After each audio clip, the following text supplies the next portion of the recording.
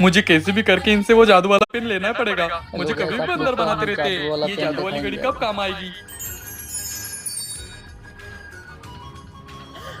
मेरा पेन। मेरा पेन कहाँ गया? पेन मिल गया। भैया आप ये क्या कर रहे हो? ये जादू देखिए अभी पेन से लेडीज बना देगा। भैया ये क्या कर देखा दिया है, आपने मेरे लेडीज साथ? बन गया।